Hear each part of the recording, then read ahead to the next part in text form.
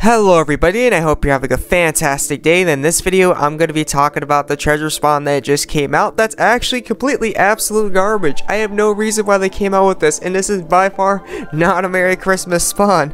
This is more like, screw you, we want more gems Christmas spawn.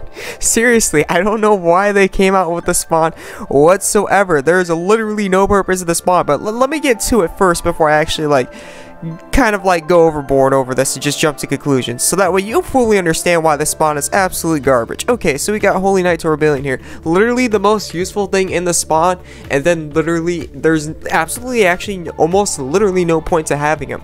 The only point in having both of these monsters is for both gear score and battle score when it comes to Unison battles. So yeah, anyways, let me actually get into it.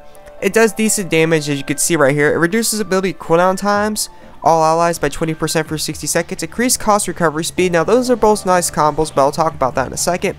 Heals all allies for 20% of their maximum HP every 5 seconds for 30 seconds. Not a bad continuous heal buff. Reduces healing effect for all allies by 10% for 30 seconds. Not really worrisome, Dermot. And then a 30% elevation on your character. Now here's the issue with this monster. If you want a better monster than this, literally a better definition of a monster than this, go grab Misanari. In fact, the fun fact is Misanari is actually in a step up spawn, so he's a lot less pay to win than this Tourbillon right here that they have thrown out, that they decided to throw out in this treasure spawn. Literally no purpose. Literally, Misanari does the cost recovery speed and the ability cooldown time, plus the Unison Gauge gain, plus the Frenzy, which is a lot better buff because it nullifies status alignments. And on top of it, it nullifies debuffs, and then on top of it, it's got a field buff. Field buffs are very nice. They're not exactly OP buffs alone, but they work and coordinate well with other buffs, so they're very nice buffs to have. So overall, Misanari is just a better version of this monster. They literally have better versions of this monster out, and this monster is so pay to win, and I'll talk about that in a second. But yeah, as you can see right here, it's a 36 cost with 4 unlock potential, so it literally just gives a little bit of extra gear score and some helpful battle score when you're doing Unison battles. In fact, it doesn't even give too much extra gear score that some of the current monsters, actually speaking of, that actually give gear score. As you can see right here, they increase the stats of the slots whatever they want to by 7k, as you can see right here, right? If I were to go to my 34 cost, some of my 34 cost monsters right here, 6.5k, these do 6.5k. This is not all. This one right here, Kyra, 6.5k. All these are 6.5k, and you can all earn these in the step up spawn. So it doesn't give too much extra gear score, to be fairly honest, either. I just figured that out. Same goes for the wolf monster. I didn't really think about that when it first came out, but they don't give too much extra gear score. They only give extra 1k gear score, and for what they have and how hard they are to get, since they're in a treasure spawn, it's not even worth it. And sometimes the treasure spawns might actually be worth it. They might actually have good medals or good rates and stuff like that. This one doesn't look like it whatsoever. As you can see right here, it literally has 700 medals, 400 in one of the side chests, and then 200 in the side chest. That's literally a total of 600 in the side chest and 700 in the extra. Jackpot.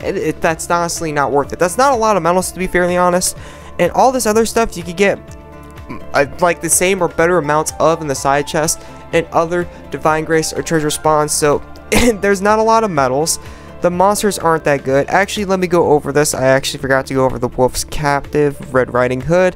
There's not much, as you can see right here, whatsoever. You can look at the abilities yourself. There's literally almost literally nothing to offer when it comes to this monster. This monster has probably the same effect as a crappy event monster that you're able to obtain. Probably the present from Troop 8. That's a good example of it. The only difference between the both is, of course, their abilities, but they're not useful. They're both not really to be exactly useful monsters. They're just good for extra gear score. They both probably would give around the same battle score, it's just one gives a bit more extra gear score, and that's literally the only difference. The big difference between them both, the helpful difference. That's literally it.